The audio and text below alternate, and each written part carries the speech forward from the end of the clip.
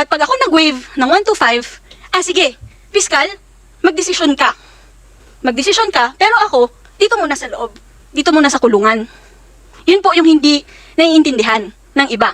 Kasi po, ang iba, pag sinabing, okay, mag-waive ako ng 125, kasi bibigyan ako ng tsansa magpaliwanag.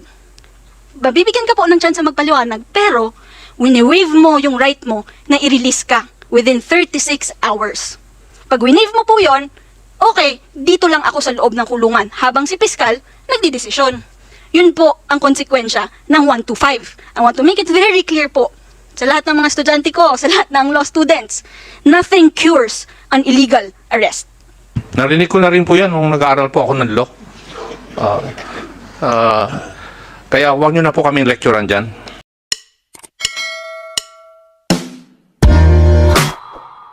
When can a peace officer or a citizen of this country arrest a person without any warrant of arrest? Kasi yun yung issue na nilalabas tungkol sa kaso na ito eh. There are 3 instances according to the rules of court. Tama po ba? Arrest without warrant. A peace officer or private person may without a warrant arrest a person when in his presence the person to be arrested has committed, is actually committing or attempting to commit an offense. Yan yung kwan. In flagrante delicto na sinasabi ninyo ng mga kapulisan, di ba? Sir. Yes. What's the second one? When an offense has just been committed and he has probable cause to believe, based on his personal knowledge of facts or circumstances, that the person to be arrested has committed it. See, when the person to be arrested is prisoner who has escaped from penal establishment or place where he is serving penal judgment or temporarily confined while his case is pending or has escaped while being transferred from one confinement area to another. Kung titingnan po natin, yung pag-aresto po ninyo dun sa accused ay under paragraph 2, yung second situation. Tama rin po ba? Tama po. Tama. At dyan din malalaman natin kung they were arrested also pursuant to a hot pursuit operation. Tama rin po ba?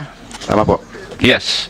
Now, how do you define yung second one? A peace officer or a private person may, without a warrant of arrest, arrest a person when an offense has just been committed and has probable cause to believe, based on his personal knowledge of facts or circumstances, that the person to be arrested has committed it. Ikaw ba yung investigador?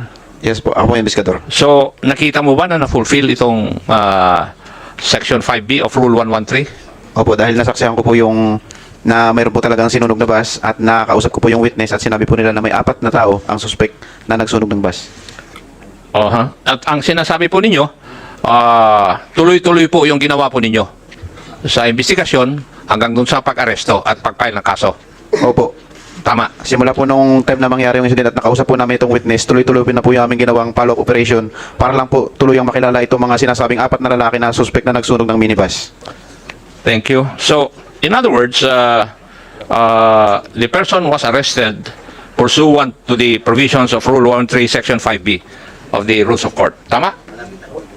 Tama po. So, as far as this interpolator is concerned, nasunod naman yung requirements for that rule na yung immediacy na tinatanong kanina ni Arlene Brosas, na from the time of the commission of the offense up to the time of the arrest ay dire-diretso dapat yung operation. Apo, dire-diretso lang po yung ginawa namin operation at follow-up operation. Yeah, thank you. May I ask the Chief of Police? Yung bang mga accused ay talagang may reservation doon sa hotel? Pare po sir, meron sir silang nag-text po sir sila doon and then may reservation sir sila pero nag-advance sir sila. Dapat sir sila ay according to Mikasa sir sa record nila February 1 pa sana sir is darating sila. Naging January 31 sir sila dumating sir ng hapon sir. Tama ba yung pagkarinig ko na February 1 yung reservation nila pero January 31 nag-check-in sila? Yes, sir. Yes, sir. Opo, sir. Yes. And no explanation was given, or did you ever ask that question? Sir, may repeat sa question, sir. I beg your pardon? Sir, may repeat the question, sir. May repeat, sir. Hindi nyo tinanong kung bakit ganon? Bale, sir, tinanong namin, sir, yung Mikasa, sir. Hindi, yung mga accused nung kwan na. Bale, sir, sila, sir, ay, kada salita nila, sir, ay kinakailangan na, sir, ng kanilang counsel, sir, kaya hindi na, sir, sila nagsasalita po, sir. Okay. Now, at what point in time did you know na merong arson na, nangyayari? Bale, sir, noong almost 8 ng gabi, sir, nung tumawag, sir, yung po, sir, citizen, sir, doon namin nalaman, sir, na may nangyayaring arson, sir. May nangyayaring arson, sir. Sa report ninyo, ang sinabi ninyo, the arson was committed on or about 7:30 in the evening. Yes, sir, yes, sir. How did you arrive at that conclusion?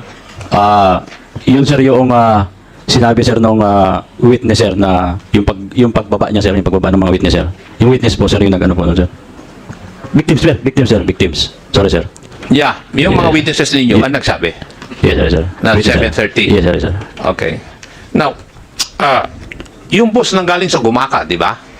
Yes, sir. Opo, sir. O, taga Rungka, sa Quezon, how long would it a bus travel from Gumaca to Katanawan? Kaya niya, sir, ng 2 hours, sir, na takbuhin, sir. Yun lang, yung ano lang, sir, yung mabagal, sir. Pero kung bibilisan mo, sir, kaya, sir, yun ng 1 oras, sir. Okay, so tama rin yung statement ng driver kasi tinitingnan ko kung nag-uuma lahat yung statement eh. Second issue, kagaya ng sinabi kanina ng mga ibang director, they cannot understand na may must yung alleged perpetrators, paano nakilala. Pwede ko bang malaman kung paano na-identify ng mga witnesses yung pagmumuka o kung sino-sino yung mga tao? Na-identify, sir, ng mga witnesses natin, sir, kung sino-sino, sir, yung mga tao.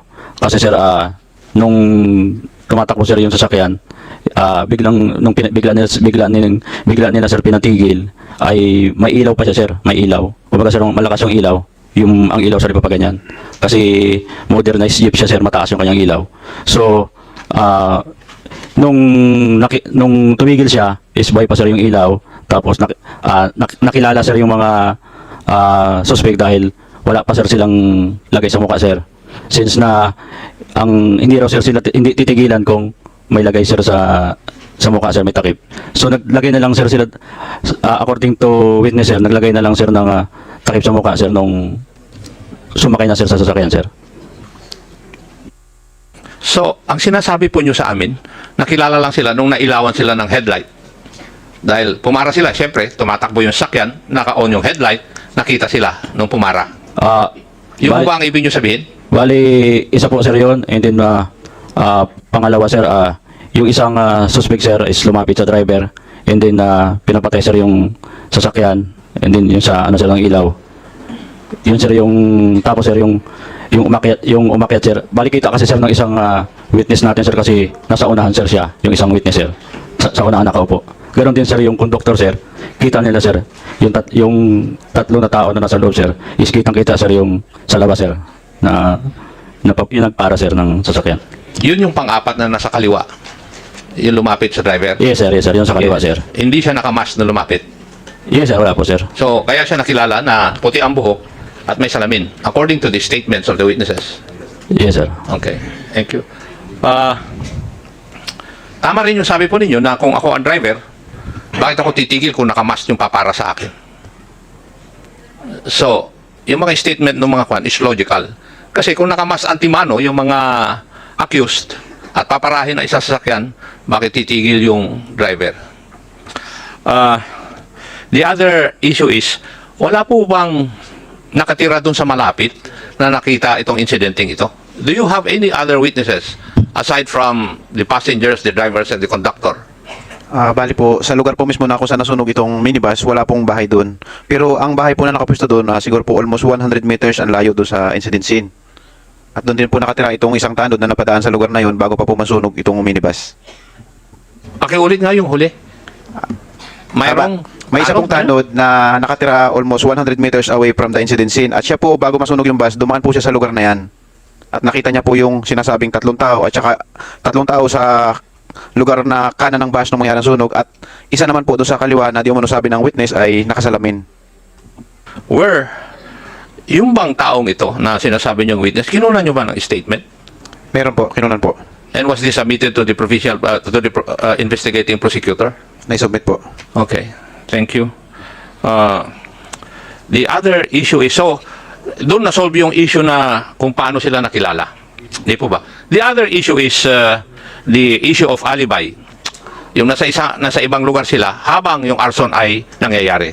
Tama po ba? Tama po. Now, how would you answer na yung alleged suspects ay nandun sa isang lugar habang yung pagsusunog ng minibus ay nangyayari? How were you able to refute that? Bali po sa information pong nakalap ko bilang investigador on case, ito pong caretaker ng Mikasa Resort ay nag-report siya Police Mulanay. Ang sabi po niya, dumating doon nung 5:48 ng hapon. Ngayon po, ang kasunod pong information, sinabi nila na umalis po itong 4 na lalaki sakay ng kanilang kotse, ganap na mga 6:30 ng hapon, at nang pong time na masunog itong minibus sa Katanawan, Quezon, ito pong 4 na lalaki na ito ay hindi pa rin po bumabalik doon sa Mikasa Resort kung saan po sila nag-check-in. At bumalik po sila ay sa caretaker ng Mikasa Resort, 1:30 na po ng madaling araw ng February 1. Pero ang allegation kasi, Iho, ay merong nag-testify na taga municipality ng Bulanay na nakita sila at the time na nasusunog yung bus at saka naandun sila sa lugar na yun. Yun yung testimony ng mga, if I remember it, 2 government officials. Na Tama po. Tama po. Yes. Bali, yan din po yung testimony na sinasabi nila, pero inaantay po namin na ilabas doon sa, pinagbigyan po sila na makasagot sa kanilang counter affidavit, subalit hindi naman po na-submit sa court, sa fiscal office yung kanilang counter affidavit na nagsasabi na sila nga po ay magkausap nung time na nangyari yung incident na pagsunog ng minibus. Tama po yung sinabi ninyo, yung witnesses na ito, their statements were not presented by their counsel, by the counsel. Doon po sa preliminary investigation. Tama? Tama po. And therefore, since it was these statements were not submitted, binaliwala ng prosecutor yon. Tama po. Kasi ikaw ang humaharap doon, di ba? Opo. Being the investigator. So, dito po nakikita po natin yung lapses ng nangyari yung unang abogado, yung counsel, kaya pinasosomon. Would you agree with that, yung bagong lawyers ng mga accused? Well, Mr. Chair, if you read Article 125 kasi, kahit po mga estudyante ko nahihirapan maintindihan yun eh. Mga gusto na po yan mag-abogado. So, ang iba nga po, kahit abogado na, nagtatanong pa rin sa akin. Kasi po, mahirap talaga siya naintindihin. Siguro po, as part of the mandate of this committee, it's an inquiry in aid of legislation. I think po, Congress can make our laws more understandable. Kasi kung yung nag-aaral nga po ng abogasiya, nahihirapan yun maintindihan, paano pa kaya po yung walang pinag-aralan? So, yun po yung call doon. And I think po, kailangan, I'm a teacher po kasi, hindi ko kayang mapabayaan na mali yung pagkakaintindi. If there's something wrong with the answer or the explanation, I have to call it out, outright. So, I just want to make it clear, Mr. Chair, that nothing cures an illegal arrest. Okay? Wala pong makaka-cure doon. The waiver of Article 125 only cures the period that you are detained without a valid warrant. Okay po? When you waive Article 125, sinasabi mo, okay, pag ako inaresto, dapat, within 36 hours, na-file na sa kaso yung court. Na-file na yung kaso sa court. But pag ako nag-waive ng 125, sige, Piskal, magdesisyon ka. Magdesisyon ka, pero ako, dito muna sa loob. Dito muna sa kulungan. Yun po yung hindi naiintindihan ng iba. Kasi po, ang iba, pag sinabing, okay, mag-waive ako ng 125, kasi bibigyan ako ng tsansa magpaliwanag. Bibigyan ka po ng tsansa magpaliwanag, pero wini-waive mo yung right mo na i-release ka within 36 hours. Pag wini-waive mo po yon, okay, dito lang ako sa loob ng kulungan habang si Piskal nagdidesisyon. Yun po ang konsekwensya ng 125. I want to make it very clear po sa lahat ng mga estudyante ko, sa lahat ng law students, nothing cures an illegal arrest. Thank you, Mr. Chair. Narinig ko na rin po yan nung nag-aaral po ako ng law. Kaya huwag nyo na po kaming lecturean dyan. nothing cures an illegal arrest, but you have to prove that the arrest was illegal yet. Di po ba? Because if you allege that the arrest was illegal, then you have to prove that the arrest was illegal. Yes, Mr. He Chair. who averts must prove it. Tama rin po ba? Yes, Mr. Chair. Yes. And you do not agree with the ruling of the prosecutor insofar as explaining the repercussions of waiving or availing of Article 125. Well, Mr. Chair, this case is already filed in court and I am already bound by the sub judice rule. Okay. But in this jurisdiction, we're not bound by the sub judice rule. Yes, Mr. Chair, but Yes, as a lawyer, there are rulings I am. of the Supreme Court already that proves or that says that we are not bound by the sub judice rule in committee hearings of this House of Representatives. Yes, I agree, Mr. Chair. Yes, thank you. Because if you read the ruling, nandito naman po yung kwan eh. I do not know if you have read the resolution of the investigating prosecutor. Yes, Mr. Chair, I read it personally when it was emailed to us. Yes, and I would just like to emphasize that paragraph. And I would like to quote, "This undertaking were clearly discussed by their counsel." It pertains to the waiver of the rights. Before they voluntarily signed the waiver, the respondents were award-winning film director who graduated from a prestigious university. The other two respondents were both civil engineers and the other is a sales manager. It is impossible that they did not understand the contents of the request since their own lawyer assisted them in the process of signing them.